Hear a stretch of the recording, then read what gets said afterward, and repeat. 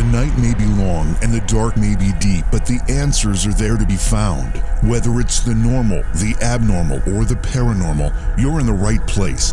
Let's go beyond reality.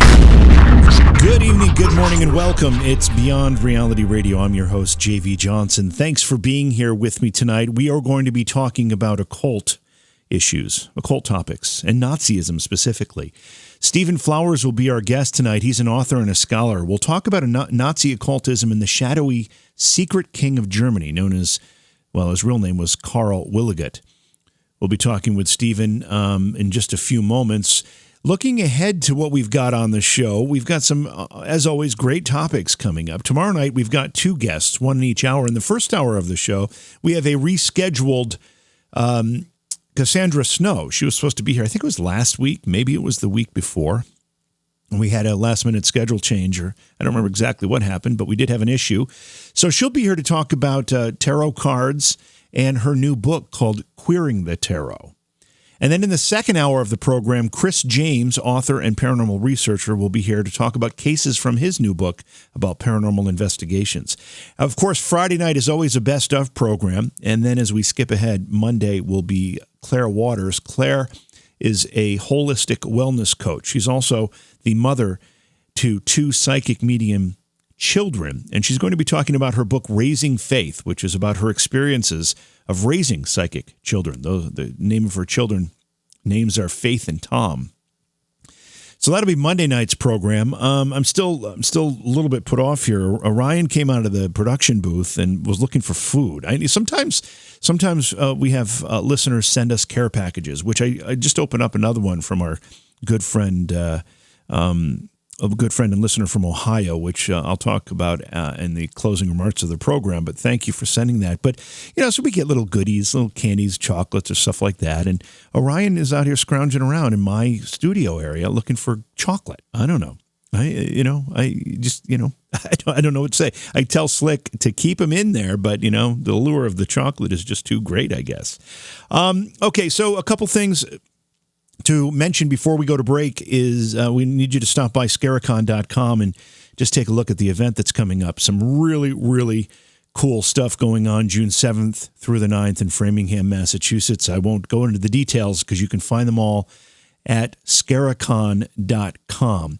Also, swing by YouTube if you haven't found the YouTube channel that we stream live on. It's a great place to go and subscribe because you can also see the archived programs there. And there's some bonus content as well. A lot of great stuff at YouTube. Just search for J.V. Johnson. And then finally, swing by the Facebook pages for both Beyond Reality Radio and my page as well, J.V. Johnson. Give them both a like or a follow or whatever it happens to be. And then you'll just stay in the know as to what we've got going on during the show. A lot of great stuff, of course. Our phone number for calls later in the show, 844-687-7669. And we'll invite those calls in the second hour. Okay, so we're going to get ready to bring our guest in. Stephen Flowers will be with us to talk about Nazi occultism. It's Beyond Reality Radio. Be right back.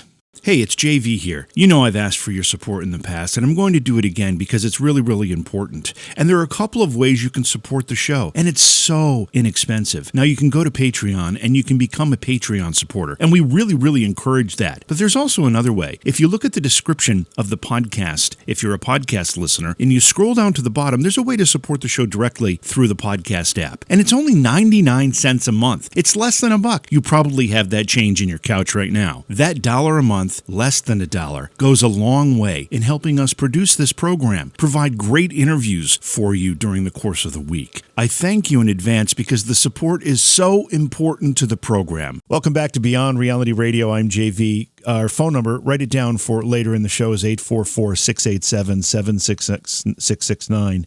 Let me try those last four digits again, 7669. We will be taking your phone calls later in the show if you have questions or comments.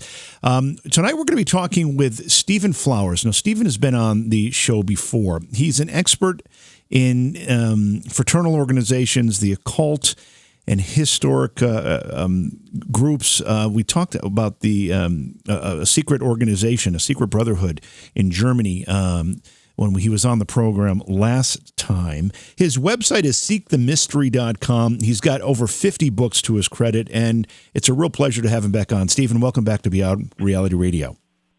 Oh, hello. How are you doing? Yes, I'm happy to be here. Well, we're happy to have you back. We're going to be talking about occultism and Nazism tonight. We're going to be talking about the connection. So let's start out right there. What is the connection between the occult and Nazism? Well, it's very complex. That's one of the problems in the whole literature of this topic, is that a lot of times people, authors, whatever, pick some kind of idea or some kind of fetish, whether it's the sacred lance or the Cathars, or you name their little hobby horse, and that's what they hang their theory on. And in fact, the questions are extremely complex and are rooted in the movement, the great cultural movement, almost entirely unknown and explored by, especially by Americans, is the whole German Reform movement, Reformbewegung, which began about 1880. And so in Germany, there were alternative views of many things that were rooted in the late 19th century. And one of the things is that the whole generation of men who were the Nazis themselves were children of this movement. There was, let's say, most of them were born between 1890 and 1910, let's say, somewhere in there, and that they would all be children of people who actually adopted many of these ideas. Hence, among the ideas that would be popular among them are things like vegetarianism, anti-drug,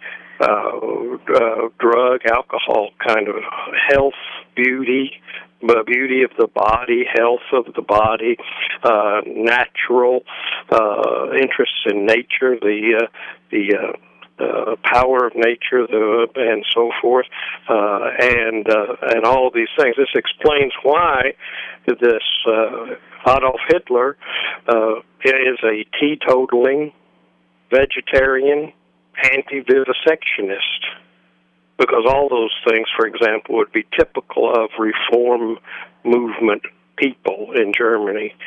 And so that is something that is almost entirely lost in most of these discussions, and that's where much of what a true understanding of what was going on can be gained from that. It's probably important to get an understanding or a definition right out of the blocks here. When we talk about occultism or the occult, what are we talking about? Mm-hmm. Well, that's very academically. That's very easy to define as a definite definition. Now, what is occult is, of course, it means hidden, but really what we're talking about is our sciences and/or ideologies, theories, mental constructs, etc., which are either yet to be established, but they are unestablished. That is, they are either something which has been rejected by current scientific or consensus reality as being legitimate. Astrology is considered occult, when 500 years ago it was considered part of science. But now it is rejected knowledge, and so hence occult. Or there are things which are yet to have been discovered or made a part of consensus reality, but which at the time they're being practiced would be then therefore considered occult because they have not yet been established. That's one of the areas in which the Nazi occultism excels. Many times when we will uncover these, what were Nazi occult ideas, people say, well, that's just advertising. It's been accepted now. But if you read Mein Kampf, it's full of all sorts of occult ideas. He suggests, for example, we hold our rallies at night because at that time the human mind is more susceptible to receiving ideas. Hitler repeatedly spills the beans in that book as far as because it was so he was too anxious to show people and prove to people, or some people, what a smart cookie he was, and most people didn't read the book anyway. So, but there's a lot of things like that in there. Why our banners are red? Why we have our rallies at night? Why? And the idea of now I hear advertisements all the time on the radio. Oh, get your logo on this item. Your logos sell. La la la. Well, Hitler knew that. The swastika is a powerful logo. Yeah, that's how that works. That's a great point. And I actually did read Mein Kampf in college. I was just so curious. Mm-hmm. I was a real student of World War II. And, you're told over and over again that Hitler laid his plans out in black and white in that book, and it was just ignored. And for all intents and purposes, it was laid out. Everything was right in there. Mm-hmm. And he followed it. And then including how he... how these things were engineered, how this way he had this mysterious power over the people in the audience.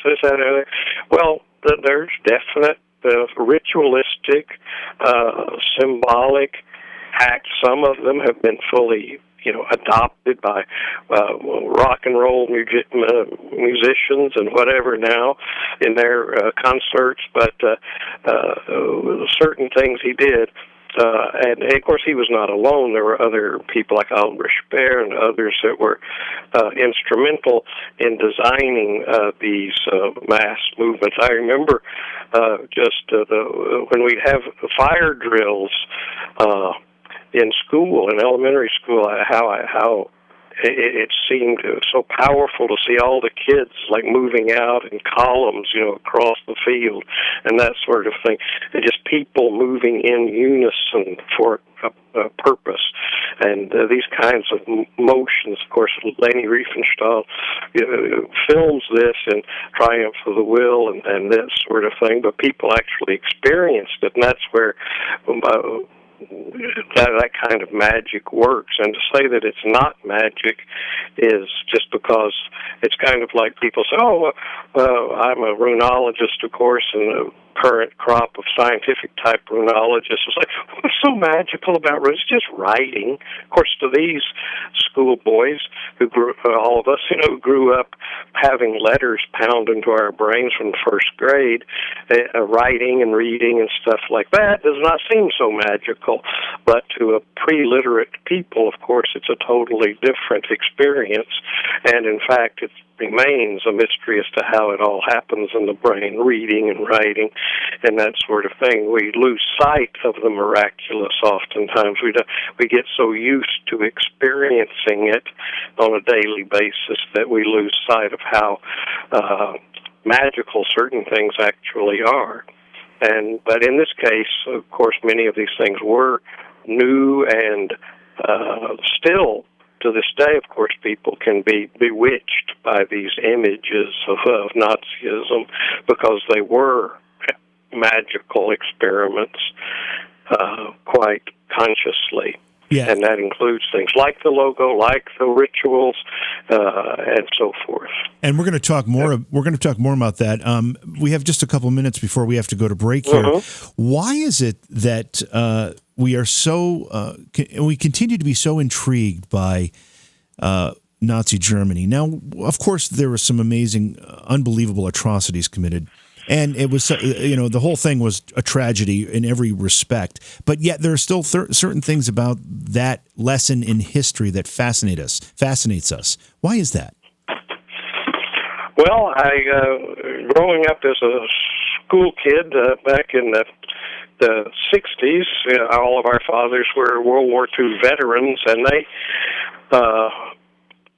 seemed to be quite a not too hysterical attitude towards Nazism. We had a famous sitcom called Hogan's Heroes, where one of my favorites. German prisoner of war camp is a place of comedy. Now that would be unthinkable. Yep. Unthinkable. Yep. And so we've demonized Nazism much further as it's become an abstraction. The men who actually fought it were, in some sense, fascinated by it also, and that their children, that is myself, were introduced to it, of course, in all those ways. When we played Army, which is our favorite thing to play, everybody wanted to be the German. Why was that? Well, they have the neatest equipment. Their tanks look good. Their helmets are beautiful. Everything about it, it just looks so fantastic, you know. And so there was this intrigue at that level by the people who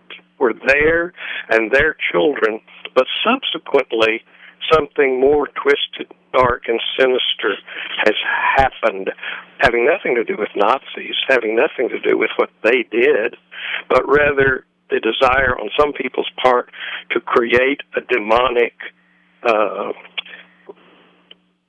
symbol, which Nazism has become. So everybody's calling somebody else a Nazi nowadays. They don't know what the hell it even is, right? They could spout anti-Semitism in one sentence and be calling a person a Nazi on the other, not even knowing that they themselves are spouting Nazi ideas in the previous sentence. They don't even realize that because they're just labels. It's kind of like the Nazi magic, the way in which that worked. The witchcraft that Hitler practiced, and that kind of thing, is using big lie, attaching symbols, both good, the swastika, and evil. What they said, that's evil, that's bad, the Jews, and how you demonize a people just with a label, and how you heroize your own side with also logos and slogans and not thinking. You know, don't let them think. Don't let them think. Yeah, that's key. So that's the thing. We got to be emotional, just like evangelists or whatever. How they suck the people in, and with an emotional appeal. Okay, we got. Sorry, Steve. We got to go to break here. We'll be back to talk more about this. Did you know that online retailers like Amazon have constant deals that can save you money on the things you buy every day? It's no joke. Save 40%, 50%, even 80% on great products, and all you have to do is know about them. Noodle Shark is the way to be alerted when something good is coming your way. Noodle Shark is the social media page that lists great deals that not only save you money, but give you the deals before anyone else has them. All you have to do is find Noodle Shark on Facebook. Search it as The Noodle Shark. That's The Noodle Shark, because you deserve to save too. Become a shark and save. Our guest tonight, Stephen Flowers, author, scholar. His website is seekthemystery.com. He's the author of over 50 books. Tonight we're talking about the occult and Nazism and the connection between the two. And we're going to continue that conversation and also take your phone calls in the second hour of the program at 844-687-7669. Stephen, I guess this is a good point to introduce a central figure in all of this, from what I understand. Who was Karl Wiligut? Karl Maria Wiligut was a rune esotericist who he was an Austrian military man. He retired and around the turn of the century, shortly after Guido von List started his writings in runic kind of esoteric studies. Wiligut picked up this thread and became somewhat of an aficionado in this sort of thing himself. He was a quite old retired person, and his eccentric ideas apparently didn't sit well with his wife, who was probably wanting to divorce him anyway. She used these ideas, or accusing him of having these ideas, and got him committed to a mental institution. So when he got out of there, he left Austria, is a native Austria, and went to Germany, where he then there fell in with being an old guy. You know, he had this kind of respect. Oh, he's into all this runes and things like that, mostly younger people. And Guido von List had died in 1919, so he was kind of like, oh, we have another old man here. And so he had a lot of prestige that way. And so he wrote some articles and things like that for these nationalistic, esoteric organizations like the Edda Society and others, and he got one of the members of his circle there around Munich was an SS man, and so he introduced Himmler to this person, to Wiligut, and so Himmler brought him into his entourage and named him or recruited him into the SS, which was just, could be, it wasn't a fighting group, it was a uniformed unit, but it was, could be scholars and all kinds of things. And so that's how he fell in with the SS, with, as far as the trajectory of the history of how he got there. And so he was a person, Himmler was interested in collecting all kinds of objects, things, ideas, people, you name it, that he could try to coordinate into some kind of vision of a new religion or a new culture and that sort of thing. If there had been no Himmler, if his personality and interests had not been what they were, more than half of all the things we think of as, quote, Nazi occultism, and quote, would, not be there. It was his personal obsessions which are responsible for a great deal of the record of this kind of thing that we have as far as the hard, cold facts are concerned. And so that's how he got in with them. And because political organizations, military organizations, being the dog pack or wolf pack kind of culture that they are, people below and wanting to get to the boss and say, I'm jealous of this guy and his influence with the boss. He was called Himmler's Rasputin by one author. And so they said, well, he's a bad influence on the boss, so they dug into his background, found out he had been committed to a mental institution, and so therefore he was, quote, career, in quote, his SS career was over, and he had to be, pensioned or retired, and he had to leave Himmler's circle at that point, at which point he was toward the end of his life anyway. But that's the sort of his story. And he wrote actually very little. All of the things that he wrote about this topic and subject are all included. The texts are all in the book, The Secret King, that I and Michael Moynihan wrote and is published by Feral House at this point. So when was Wiligut's influence? Was it pre-war? Was it during the 30s when the Nazis were rising to power, or was it at the height of the power? Yeah. No, he was out by the not during the war times. It was more in the 30s that he Right. had written most of his works, and it was at the end of the 30s and the very early 40s that he actually was. He designed the death head ring that's used by the SS, famous ring that they wore, and others. That has like one of the symbols on it is like a personal sigil of his for his mythical family. He like others in this sort of circle of Guido von List people, as well as the Wiligut sort of circle, did things. Back in my day, Wiccans people would always say, oh, my family has this ancient tradition. We didn't get this out of a book, see. We get this from my great-grandmother was a hereditary Welsh witch, see. And it goes back to the Stone Age, actually, our whole family. And, now I'm teaching it here to you in my living room. Now, and so that was typical sort of stories you'd hear in the 60s and 70s, whatever, among them. And again, That was kind of new and weird, when you heard it then. I said, well, now you dig into these German stories about these people, you find they were doing the exact same thing. It was this idea that I'm the secret king of Germany.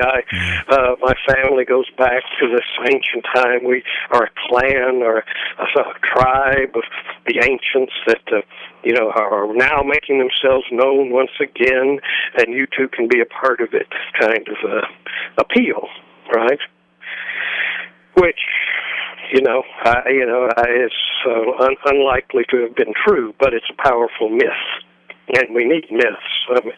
They are very powerful. And so using such myths are part of it. But they had pioneered that also. So that Wiligut was thought to be this secret king.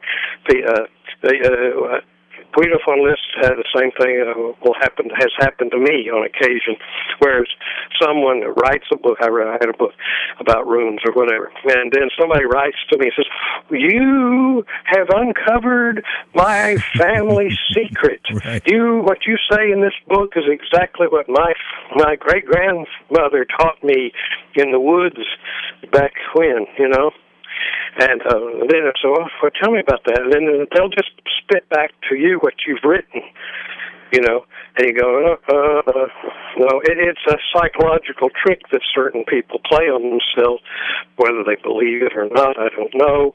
But they actually say, what you said is what I mean to say, but I can't. I haven't said it. I won't say it. But you have said it, and here, but you're. And so the writer, in this case Guido von List, not myself, because it seemed untrue to me, will jump on that and say, here's a guy who corroborates my conclusions, and so this guy will then. This guy by the name of Tarnhari, which means like the secret Lord. A man contacted List and said, hey, I've got my family teaches the same thing you're teaching here. And List bites on it and says, oh, yes, this guy, see, he corroborates. I am right. I have rediscovered this ancient way. And, of course, what's happening is the guy is reading it and he gets influence in the group by corroborating the master's suppositions. And I think that's, I've noticed, now I'm 66 years old, it's not all that old, but pretty old, and I've seen a lot of things, I experienced a lot of things in the social, cultural realm of this kind of world, so that many times things I read about now from the past, I say, that's happened. I mean, I've seen that happen before my very eyes before. And so that's the story of Wiligut. Now, I think that mainly he was a Listian who tried to hide and say he was insisting that he was doing something different from Guido von List, but really when you sort of look at it, they're very similar. When we talk about Himmler and his connection to occult and other what we might be considered metaphysical or even witchcraft type ideas, Himmler was known to actually have castles, if I remember correctly, that were dedicated to the purpose of these types of ceremonies and rituals and I almost said sacrifices. I don't necessarily mean that, but ritualistic behavior. This was something that was a very, very big part of Heinrich Himmler's life.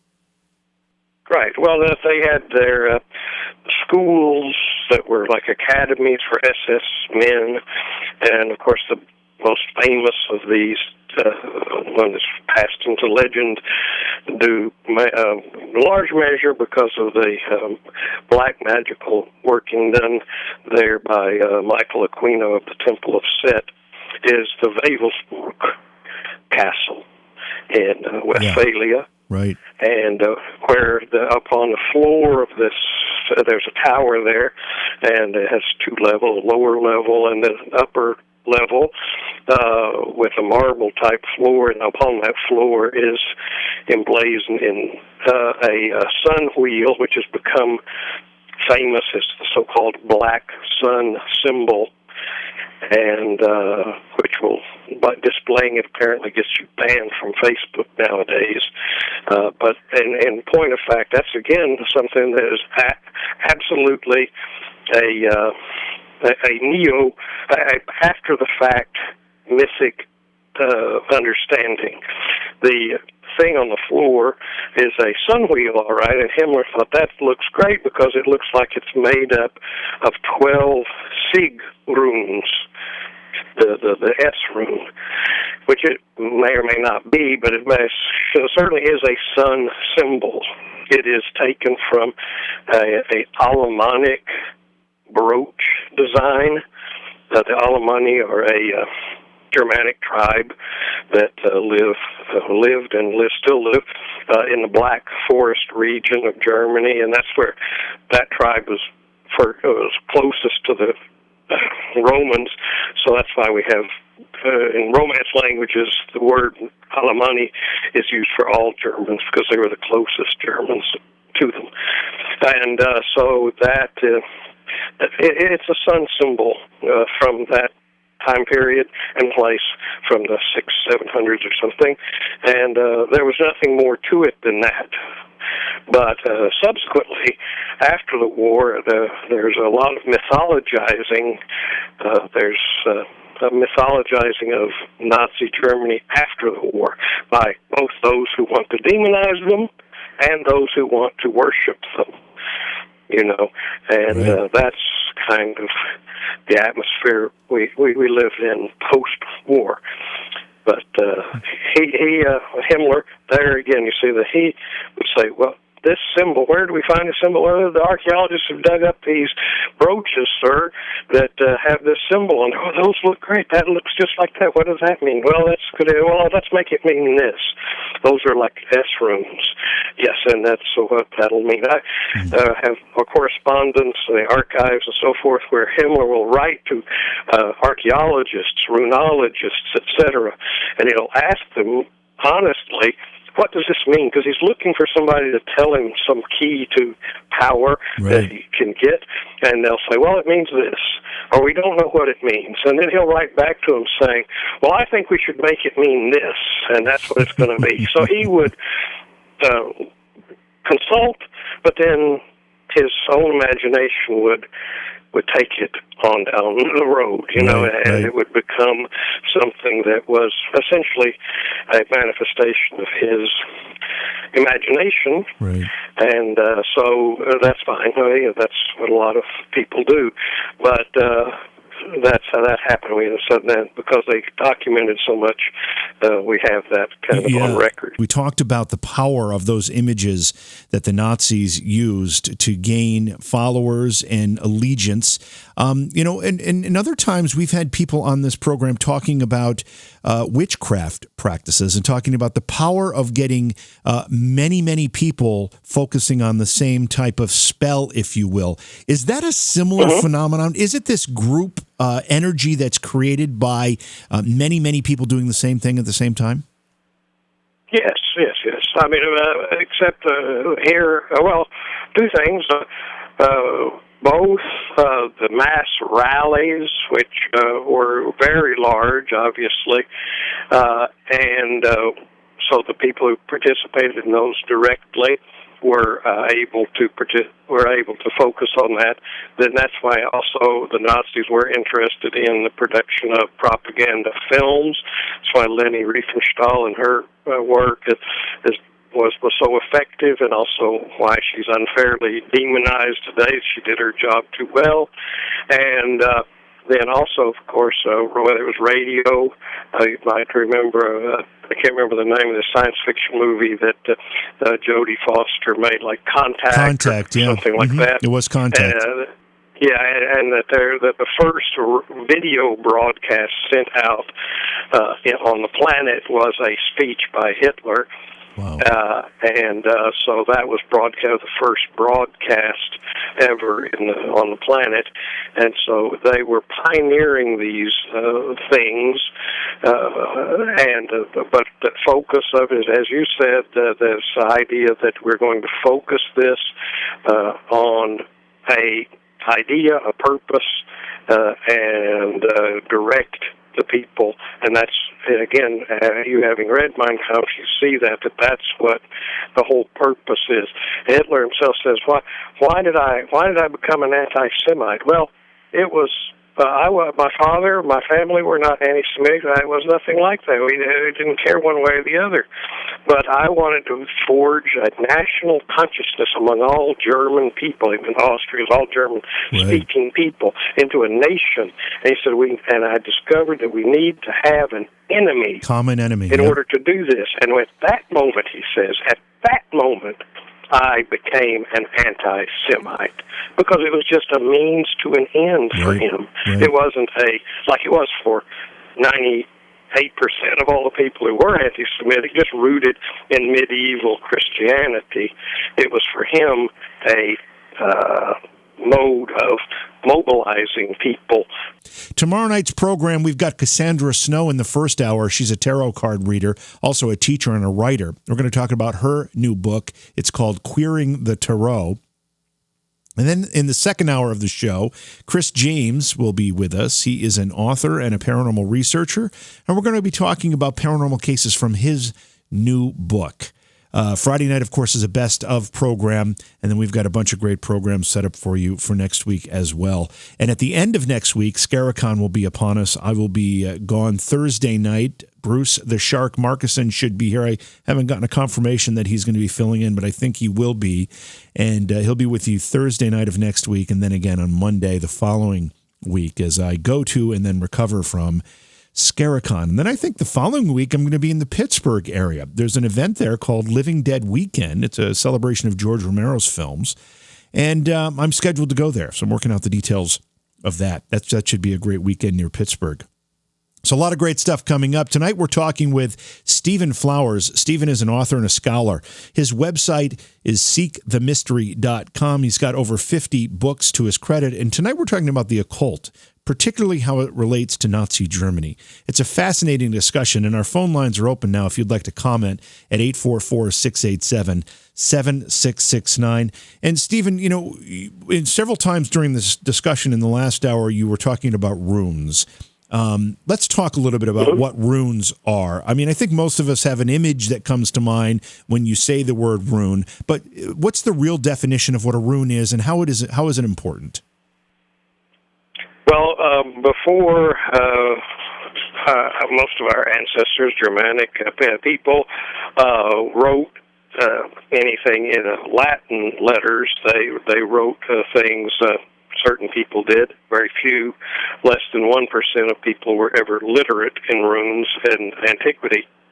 But they wrote their language in this script, which defied many of the rules and normal procedures concerning alphabetic development. Most of the time when culture takes on a writing system, they adapt the one that they adapted from. They do so with minimal changes, and the order of the letters and all kinds of things remain the same. And so they're not trying to be different. It just has to be different to reflect their language. But in the case of the runes, they were reordered, they were given names, which is a very unusual thing for alphabets to have the letters of them to have names. We are used to that with the Semitic system. We're most familiar with the Hebrew letters have names that mean something, but and the runes do, and Ogham characters in Ireland also did. But those are really rare exceptions in the history of writing. And the word rune means a secret or mystery. And so it is both a tool whereby secrets or mysteries are encoded, but also out of which they can be drawn. And for the first 1,000 years of the history of this system of writing, we really don't have clear examples of them being used for profane purposes. In other words, a bill of sale or somebody doing something of a practical, ordinary nature, which is where you first find writing. In most people, that's what they're doing with them first. And in the case of runes, they were used apparently for magical purposes. Let's just use a shorthand way of saying it, first and foremost. And so that continues on, and that is the mystique of them continued through time, and they became symbolic, if you will, of the native or the indigenous kind of culture. So that, for example, in Anglo-Saxon England, monks and people, Christians, who were literate in Latin and wrote in Latin letters, also cultivated knowledge concerning the runes. And for example, there's a telling example, when an Anglo-Saxon pilgrim would go to Rome, there are many of these examples in Rome where at a church somewhere they would carve their name, graffiti. They would carve their name. I was here. They want to stamp their name the same reason people write their name everywhere when they go to a place. Kilroy was here, etc. They wrote their name. But what did that English person write his name in? He wrote it in runes. He could have written it in Latin. He was probably a priest or a bishop or something. He was probably a cleric who was perfectly literate not only in Latin letters but in Latin as well. But he chose to put his name, his identity is English. He is an Anglo. He's an Anglo or a Saxon, and so this runes express his heart, his indigenous self. Unique and different from other people. So it has that, it conveys that message as well. The system in which you write conveys some meaning beyond just an arbitrary system that you could have chosen to write this or that. It doesn't really matter. No, these are our letters, you see. And so that's indicative of the power of them, even on that level. That was not really magic in the sense of trying to do some kind of spell or something, but rather it is magic in the sense that I am expressing my deepest self and impressing my deepest self upon the environment here. To identify myself, plant myself here. So it's the identity. It's the identity and the personal connection that gives it its power. Mm-hmm. Yes, and some of the inscriptions that have baffled some people, they don't baffle me particularly because I think I've figured out what it means. My dissertation, which I wrote in 1984, talks about this. Runes and Magic. It's available on Amazon. An inscription just says, Ek Erilas, I, the Arulian. That's it. That's all it said, just carved into a stone, into a cliff face or wherever. Just, what is that? Well, it's a title. Arulian, it's not his name, although sometimes they use a magical or a name or sometimes in the inscriptions. But this is a title. It occurs in several inscriptions all over, and it means something like the rune master, or someone who knows runes. It comes down to our word is Earl, but it's a title. And so why would somebody just carve, I am the rune master? That's it.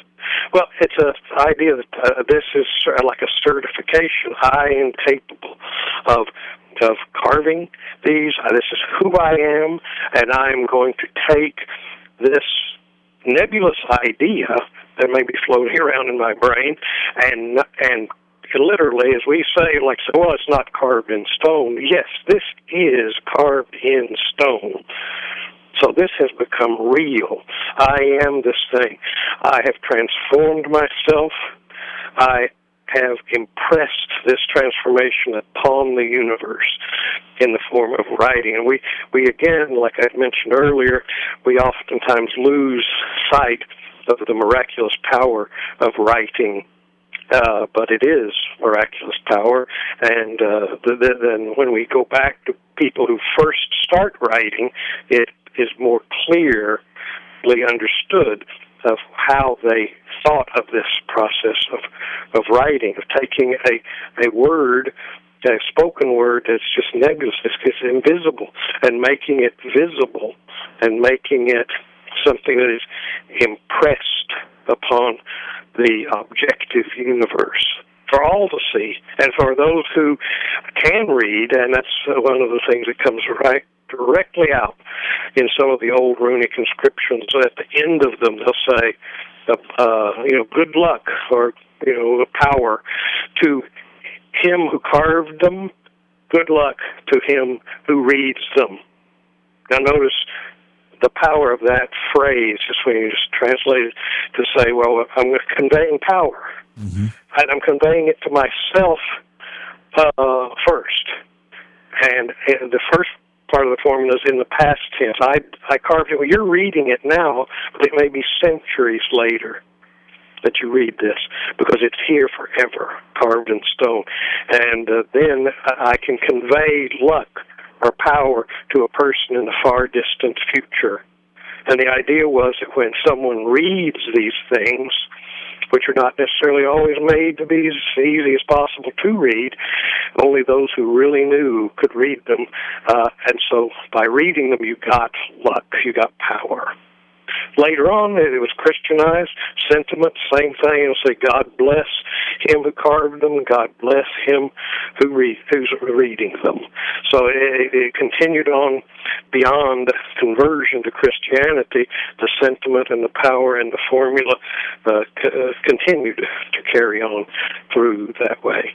But those kinds of things show how these runic inscriptions against them. Well, so what? Is this saying good luck? But no, these people were conveying this thing through writing, and that's because they realized how powerful this thing is.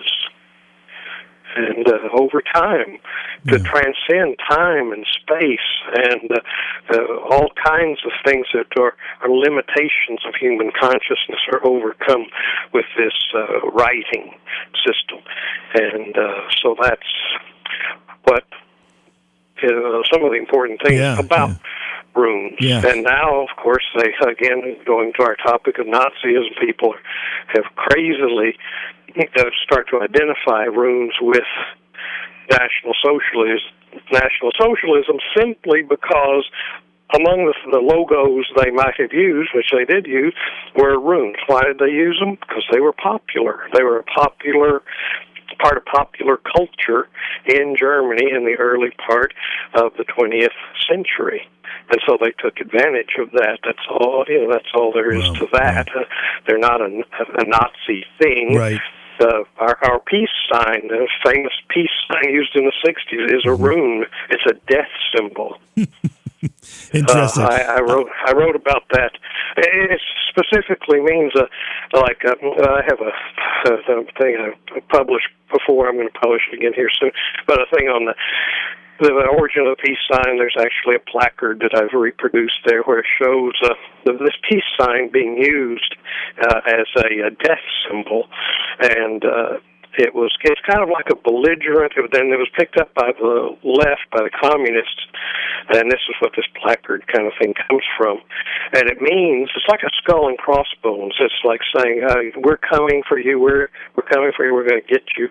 And this is like a skull and crossbones. Skull and crossbones is used by the SS, by the way, on their cap, does not mean I'm a mean, bad bastard. It means I am willing to die for what I'm doing. Also, they're wearing black as a uniform doesn't mean I'm a badass black guy, like, wearing black stuff like somebody, a pib in San Francisco or something. Yeah, I'm bad. Look, you say for me, I'm more dressed in black, man. I'm really tough. No, it meant it was a peasant army black was the color of peasantry. And so the SS uniform being black was a sign, like the Protestants or priests of the Catholic Church, wearing black is a sign of humility. That was what it was symbolically meant to convey, that we are a peasant army. Wow. And that also the skull and crossbones means traditionally in German military symbolism that I am ready to die for the cause. But I just wanted to ask you about your books. You have about 50 plus books. If somebody was to be introduced to your work for the first time, which of the books would you recommend they go for? Well, that depends on what avenue or angle you want to come at it from. I would say if you're interested in runes, you would go to the book Rune Lore, published by Weiser Books, Rune Lore, and in general, Germanic sort of this whole movement, or the big picture is go to the first volume. We're going to do 3 volumes, a book called The Northern Dawn, a history of the reawakening of the Germanic spirit. It's published by Arcana Europa Press. And that's really sort of foundational historical material that people really need to understand first before getting off into the weeds, as it were. The weeds are a great place to be, but if you don't have the context of historical, that's one of the things that's so lacking nowadays, is just the historical context of... Again, tonight we're talking with Stephen Flowers. His website is seekthemystery.com. Stephen, I want to address a couple of things that are on your website, just for some clarification. You talk about the lodestar, and you talk about a communication of ideas and practices in the Indo-European, Germanic, Mazdan, and left-hand path traditions. What is all this about? You obviously have a mission here. What is it? Well, my basic understanding is that things that I study and things that have affected the cosmos most of all, supposedly, is something that began on the steppes of Eurasia, a group of people that have essentially shaped the world we live in, but who remain, for most people, in extreme mystery, which are the Indo-European peoples, out of whom come the Iranians, the Indians, the Germanic peoples, the Italic, the Greek, Slavic peoples, and all. And that there's a common root to all of these that is clearly traceable, and but knowledge that was lost to us until about 200 years ago, and both scholars and others have been endeavoring to recover this knowledge, coordinate, and sort of synthesize this material. That is why people say, man, you've written about a lot of strange things. Some of them are out in left field. I've written a book, just completed one on esoteric interpretation of horror films, for example. That's pretty much out there. But otherwise, it's everything comes from this Indo-European basis. Now, to really, you have to dig into one of these fields, which is my field, so Germanic, but I also studied Celtic philology, and I've studied Indo-European Vedic things, Sanskrit, Iranian things, and so forth. And when you get the common root, and you understand the common root, then these different things they're not all the same, for certain, but they do have a common root, which is very important. Human values, beliefs, structures that when we realize them and actualize them, we as a species, or we as a people, are most happy. You know, if you go back to the very origin of these people, our deepest ancestors, the Indo-European peoples, they domesticated the horse. They were the first people to domesticate the horse, to ride the horse. And so the whole idea of freedom, of moving fast at high rates of speed over open spaces in freedom is the picture of happiness to a person living 6,000, one of our ancestors living 6,000 years ago, or today. That explains the exhilaration one feels when in this kind of circumstance, and so that's how deep, visceral, and profound these cultural values and mythic paradigms are. But yet they are, although we enact them quite frequently and export them to other cultures as well, they remain generally unknown, unconscious, and unrealized as far as being aware of where these things come from. And the reason why they are difficult is that they oppose the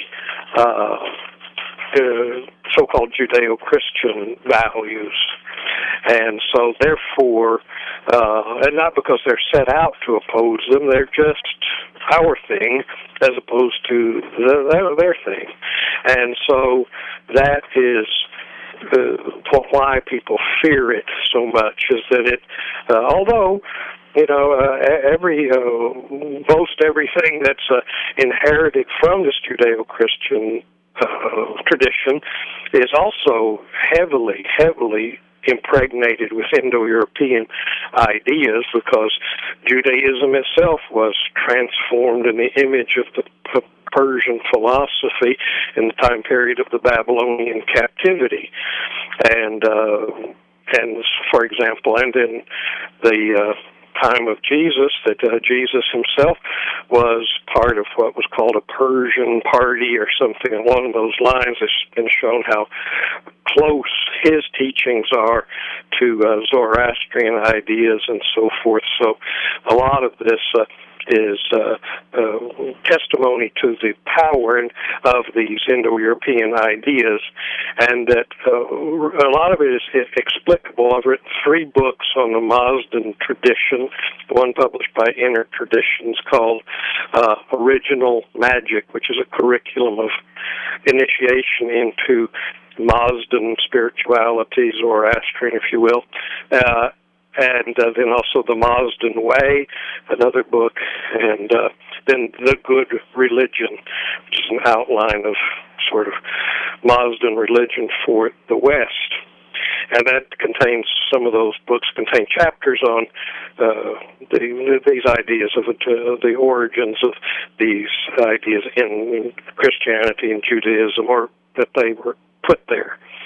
The Garden of Eden mythology, for example, is a pure Persian story. It's just twisted in a way that, that the idea that there were originally a man and a woman in a garden and a tree and all that is all a Persian idea. But the point of the original story was God, that is Ahura Mazda, the wise Lord or Lord Wisdom, wants humanity to partake of these trees in order that they become good fighters for consciousness against the evil forces, which are categorized as things like ignorance, stupidity, cruelty, violence, and so forth.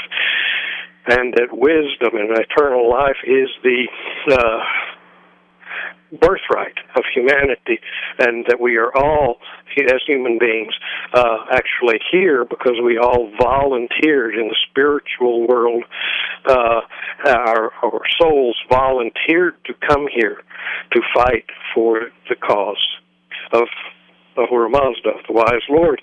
But in so coming into this world, we are beset by forces of stupidity, ignorance, greed, all these terrible things, and that when we were imperfect and we are wounded, all wounded warriors essentially, right? That we've been interfered with, our consciousness, etc., is constantly being attacked by forces which are causing us these forces are characterized first and foremost by the word the lie, the druge, the lie. And what is this lie? The lie is you are bad, you are evil, you are stinking, you are dead, you are going to die, you are stupid. All of these things, people say, oh, the tapes playing in my head. Well, that's these divas, these demons, if you will. But they are all playing this interference, this kind of thing, and that's the lie. You are mortal. You will die. But see how the story of Adam and Eve and the whole thing with the way that in the Judaic religion, it gets completely twisted in the sense that God punishes people with death, all this kind of thing. But you look at the image of as Jehovah is depicted in the story as it comes down after it's been sort of altered. That entity seems to be a demonic entity that has created humanity and then put them in a Kafka novel. Well, there's rules, but I can't tell you what they are. Well, you broke one, so it looks like you're out. Looks like you're condemned for all eternity as a species because you broke that rule you didn't know about. And all of this kind of stuff. That entity is not on humanity's side. That entity is wants people to be ignorant and lacking in knowledge and all this kind of thing. So the story is of Iranian origin, but the purpose of it has been altered, and then people say, well, why? Well, if religion is a tool to enlighten people, as should be, then it's inexplicable. The story and its purpose is inexplicable. But if the purpose of religion is to control and coerce people into behaving the way that the powers that be, as St. Paul said, the powers that be want you to behave. It's a system of coercion and command and control. If that's what it's there for, then the Genesis story is the story for you. But because it says man is bad and it's all man's fault. And the only way he can get out of this pickle is through God's grace. So God will just arbitrarily decide, I'm going to save you. You have nothing to do with it, and that's it. And so you are a damn sinner, and you can only be saved by God's grace. And we in the church, or we in the religion, monopolize this commodity called salvation, and so you have to come to us to get it. So it is a system set up for command, control, and coercion. If that's the purpose of religion, then we see it played out from the Middle Ages on. But the Mazdan way, the Indo-European way, is not that. It says humans, individual humans, have to develop their faculties, and this to the highest degree, to be the best fighters against ignorance, stupidity, violence, and so forth. That's why Plato was called, or his contemporaries, he was a Persian, an admirer of the Persians, and he was accused by his contemporaries of being a reincarnation of Zoroaster, and so forth. So all of the philosophers, Greek philosophy, we so oftentimes identify Greece with this philosophical tradition, when in fact very few or little of Greek life was dominated by philosophy. It was mired in the violence of the Spartans, or the mob rule of the Athenians, their democracy, this mob rule idea. But the philosophers, well, Socrates, one of the founders, was put to death for his activities, and so they were not popular, or we think of them as being the exponent, the perfect exponent of Greek culture, but really they were a sort of minority population that thought that way. But a lot of it comes from the Persians, the concepts, because here's philosophy. What does the very word mean? It means loving wisdom. What does the god of the Persians mean? It was wisdom, a Mazda. That is wisdom. Ahura Mazda, Lord Wisdom, and loving wisdom is what you do. What's the highest endeavor of religion, and so that is. But Din, the word for religion, means really insight.